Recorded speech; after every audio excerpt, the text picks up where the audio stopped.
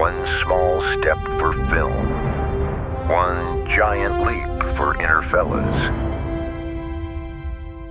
So I think it'd be interesting to talk about what are some of our movie routines and some movie etiquette we like to follow. Okay. I went to Backrooms. This was, I don't know how long ago when it came out. And there was a group of teenagers who went to the theater. They snuck in, which I'm fine with, you know what I mean? Whatever. But they talked the whole time loudly. Like, they had 7 people, and the guy on that end was talking to the other kid. Where it's like, you want to lean in and whisper, okay. Yeah. But if I'm 3 or 4 rows behind you and I'm hearing your conversation, come on. Yeah. Like, all these other people are paying. But then they proceeded to like throw their fucking popcorn. And I'm like, all right, this is where I start getting annoyed. But it's like, I don't care enough to like make a deal out of it. But somebody called, the usher came in, they pulled the fucking group out. They started asking all of them for their license. And the usher had to yell. He's literally like, you have to get out of your seat. Yeah. So he's yelling at them and I'm like, I don't give a fuck what's going on here. I just missed 10 minutes of the movie. Well, that's the problem. Because you kids, unfortunately, I'm going to say it, are being assholes. Yeah. Come on. You got in, right? You snuck in. You bought the ticket. You got in. Watch the movie that's rated R that you can't see and move on with your life. I don't know. I think we're kind of on the same page with clapping in movie theaters. Okay. Right? Like, don't get me wrong. A lot of moments warrant clapping, but at the same time, we're there to watch the movie. And seeing videos, and I don't want to keep bringing it up, Endgame, when Cap picks up Thor's hammer and the theater is going nuts. Like, bro, I want to hear what's going on. And thank God, in my showings, I really haven't had that occur. I have the same rules in the theater as I do in watching a movie from home. Phone off and away. I'm locking it. Nothing is worse than, that's another great movie thing, no phones. No phones. I don't check it. No. I turn mine off. Yeah. Some people silence it. When I get to the theater, it's off. I'm gone. 2.5 hours, I'm here. As soon as I sit down in that chair, brightness, volume, max down, phone's in the pocket. Yep. I like to wear my Apple Watch, so if an urgent notification comes through. But yeah, no, I'm fucked. If something bad happens, it's happening. it's happening. My phone's off, wallet, watch is gone. Yeah. For 3 hours of my life, I am in the theater and I'm immersed. I love that, though. And at home. Home is the same thing. Nothing irks me more than showing a movie to a family member, girlfriend, whatever, and they don't give you the respect of like actually giving it a shot. I know. It's like rude. And like, it's frustrating too when like they ask a question that they would know the answer to had they just been Oh, that's another good one. If you just pay attention and wait, your questions will most likely be answered. Yep. And if they weren't answered by the end of the movie, then ask. Yep. That's how I never ask a single question unless I was like, what did he just say? If I can't like, but in terms of like curiosity and the plot is like what's going on, I wait until the end and then I'll be like, do you remember when that like, what was the deal with that? Yeah. So I want to rewind to one of my biggest gripes, but this was pre-online purchasing tickets. So obviously the line sucked, right, when you had to buy tickets, but also waiting and hoping that the theater had seats still was crazy to me to think that it used to be that way. But take that away. I don't know about you, but almost like every movie back then, you would get there early, you'd get a ticket, and you could sit anywhere. I would sit all the way on the right, not even in the middle of the theater. Never. Someone would always sit in front of you. I don't know if you felt that way, but we would get seats. My dad, my brother and I, you know, we sit down, we're ready to watch. And like every fucking time, someone, not even like a couple seats to your right or left, directly in front of you. Yeah. I mean, I don't have vivid memories of like an empty showtime where that happened. Of course, like. Well, if it packs out, someone's going to sit in front of you. Yeah. But this, I'm recalling this when it wasn't packed and you could sit 4 seats over and you didn't. No, but I know we're on the same page. We get seats, we're sitting as far back as possible and we're sitting on the aisle seat. That's how we like it. I find it funny that it's very rare that people like the back row. I love sitting in the back of the theater. Not only for exit, but just like safety, that's another factor. Right. Which is unfortunate that we have to even factor that in. But even like that's not even why I picked that, but yeah. But like a lot of people they like to get dead middle. That doesn't bother me. It would ruin the viewing if you were close and you sat on the sides. Yes. But considering we sit so far back, it doesn't impact the viewing. Like I couldn't tell you, I mean, the last time I sat in the middle. I don't even know if I ever have. like dead You were middle. pretty close to the middle for the Odyssey IMAX. But we had those 6. We had the whole row Yeah. toward the end. Yeah. What I will say too is it's funny because the way I always justified it is that you can always, it doesn't hurt to sit too far, but it does hurt to sit too close. Yes. So like for me, if somebody doesn't like to sit far, they're not going to have a bad viewing of the movie because you see the whole screen. But if someone doesn't like to sit too close and you're sitting in like row D, like you're not going to enjoy it. No, because that's when you have to institute moving your neck, and that just Well, when they show the row A Oh my and the God. warped faces, Yeah. I crack up. Those seats should be illegal. Illegal. They shouldn't sell them. Yeah. They should be ripped out. that should be illegal. But people buy them. yeah, Why? I don't know. the people who are gonna, contradict our point of sitting in the back, I think they have a fair point, but it depends on the theater. Is the speakers? Like we did see brand new day, and we were in the back, and the speakers were a little low in that theater. It didn't think take that away theater from the just sucked. experience, but again, it depends on the theater because you go to our local theater, they crank the speakers in the back. Yeah. So we like that. I think that was just the theater itself. no, Yeah, agreed. yeah. I know. I know you smuggle snacks in, but do you have like a favorite snack that you go to? Well, automatic water. Like I'm not paying $6 for a water at the Mm-hmm. theater. I'm just gonna bring one from home, and 98% of the time they won't even care. But to play, it I don't safe, think just they shove it legally in the can. pocket. I don't Yeah. think they can. No, but favorite? Are you gonna ask my favorite? Yeah, I thing? just Like wanted the to- snuggle. No, The smuggle. the snuggle?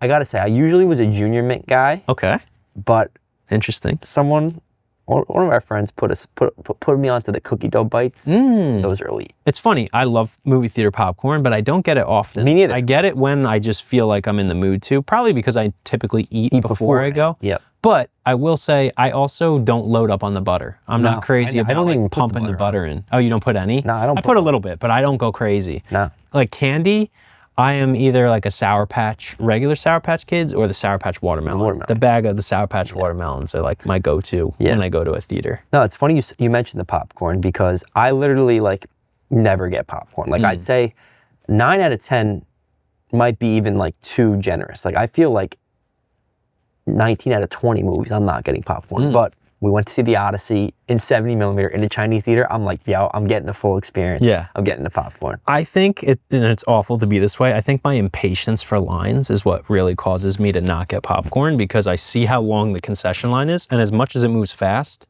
I'm too impatient to wait. So I just don't get it. But that actually is like a perfect transition to another thing that's annoying that has shaped another routine of ours. I show up Time. at the time the movie starts now, and it's sad because I know. and we just hit the record in San Diego. Because usually every time we go see a movie, we 23 play the minutes. over the under, right? Yep. 23 minutes, and then if it's like a Friday night or Saturday, we bump it up to 25 and play the over under game. It was a half hour. It was We had a 28 or 29 minutes. We had a 7 o'clock show and it didn't start till 7:30. Yeah. So now, if I show up to the theater at 7, I could afford to get in the line and still make my movie. Oh, yeah. Yeah, I know they had Tom Holland give that little speech prior. Yeah. But yeah, no, I that's funny. I don't know if a lot of people do that. I don't know why we started that. We just give a line. Usually it's like 22, 23 minutes and you just guess what And will be it's funny over. because like it depends on the movie and depends on the like. There's so many factors. like yeah. the Tuesday nights, if it's not an opening Tuesday night, you're like 17, 18 minutes, right? But that's just another annoying habit. It's that we've annoying had to because one of the companies is pushing towards shortening the previews, Yeah. and I'm okay with that. I think I want previews. Like I'm not the type to be like, if it's at 7, start at 7. No, I'm okay with give 7:10, 7:15. 15 minutes. Once you start pushing Ads. regular commercials, Yes. that's where you start to lose me personally. Because I feel like, you're in the theater, you do want to see what's coming out. It's exciting to see. Oh, that you talk about that looks Yeah. good. That doesn't, because there's plenty of movies that I've seen the trailer for in theaters. I'm like, you know what? I will go see that. Yeah. That I didn't see on social media because they don't have a big marketing campaign or whatever the case may be. But yeah, I think 15 minutes is a healthy start. Yeah, I don't think anybody's going to complain about that Yeah. either. And that will incentivize people to not do what we currently do, is show up. Then you show up, you're on time. Like I'm a punctual person in all other aspects of life. Other than doing than what we going to the love movies. most, going to the movies. And you want to know why? It plays into what we preach. I want to skip the trailers now. And of course, I want to see the previews, but at the same time, You don't want anything spoiled. I don't want anything spoiled. I remember we went and saw, what did we see? And you ran out. Yeah. Because it was Jackass. New Days Yeah, it was Jackass. And then I literally heard the Spider-Man music come. I walked out of the theater. Other than, I mean, we mentioned talking. I think I'm okay with it to a degree. We mentioned clapping, cheering, showing up on time, phones, all the disruptive things. But I think I want to mention one of my favorite things to do in terms of like our whole experience is the debrief afterwards. Yeah. Nothing beats. I see all the memes where it's like you're in your you're in your movie theater parking lot until 3 a.m. and the movie ended at 11. Like nothing beats those moments where you gather your group and you like go through how you felt about it, theories, like, and you have those breakdown combos about what you just witnessed. Oh yeah, I'm sure you're the same way. No Way Home. The four of us, I think the movie was at 10. I was gonna say we saw a late showing and we didn't go home till like 4 a.m. No, it wasn't that late. I think it was like 1:32. I thought it was later than that. It wasn't 4, but maybe it was. I think we talked for an hour because I think the movie was like 2.5. Didn't your car get broken into that night? Yeah. I don't know why that just clicked. They didn't take anything, but yeah, the glove box was open. Yeah, I didn't have anything to take. Yeah, got nothing to hide. Kind of defeats the anonymous superhero. Yeah. You're right. I love just kind of what we do in our segment. What would you have changed differently? Oh yeah. What was your favorite part? Mm-hmm. That's why we started this podcast. Yeah, and I remember even leaving more so recently. We left the Odyssey and we had that whole debrief, and I remember a lot of our friends being like, "That was my favorite movie of all time." Yeah. In the theater, which I thought is crazy, but like I'm not shocked. Nah. I don't know about you, but for me, I wait to rate my star. I know you mentioned in another episode, like as we're watching, your like head is kind of like, oh, this is, it got really good, 3.5. Now it's pushing into the 4s. But I wait. I let it marinate. I usually rate it the next day. Yeah. Because unless I have something that I want to write. Yeah, I definitely don't do it in the theater. I wait till I get home. I read a couple reviews on Letterboxd. I don't let it sway what I'm going to rate it, but I just want to see what other people think. Yeah. And then I give it a rating. So yeah, see, I read reviews after. So like I get home, I sit on it through the night, and then usually the next morning I'm too lazy to like write what I thought. So I'll write my review if I want to write something, or I'll just start and then I'll read reviews to see what other people have to think. Yeah. And check like our friends and stuff like that. Yeah. All right, let's get into the segment. That's the wormhole. You say you don't spray her, huh? Give me a year between 1970 and 2026. 1983. Okay. 83. I already know Scarface. That's a lock. 1983, IMDb top movies. Return of Jazz gotta be another lock. Just off the rip, I just know. Scarface 1. Let's lock it in. We don't even have to scroll. Scarface is 1. We're locking Return. Right? We have to lock Return, okay? The Big Chill, never heard of it. King of Comedy. National Lampoon Vacation, that's a strong contender. Okay. Reuben, never heard of it. Octopussy, Bond. Monty Python. Oh, those are funny. Is the Holy Grail, is that 83? No, this is The Meaning of Life. Blue Thunder, never heard of it. Nostalgia. All right, what, did nothing else come out this year? The Outsiders.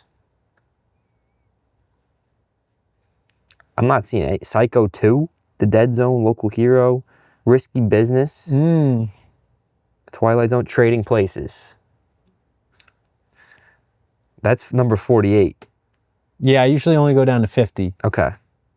So I feel like I'd be between Trading Places as our third, National Lampoon. Is that Christmas Vacation? No, or regular Oh, Vacation. okay. I like that one more. Okay.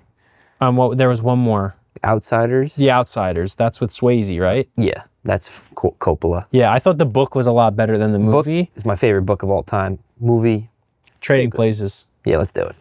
That was the quickest wormhole ever. That's because we knew. Once you said Scarface and then you said Return, and I was like, I knew one of them. I don't know why. I forgot. It was every 3 years. 77, 80, 83.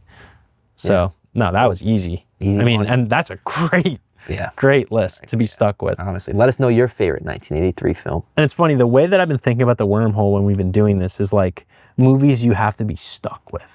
Not just like your favorite 3. Like, would you be okay watching Scarface, I think Return? That's honestly a perfect like balance though. You have like a serious movie in Scarface, right?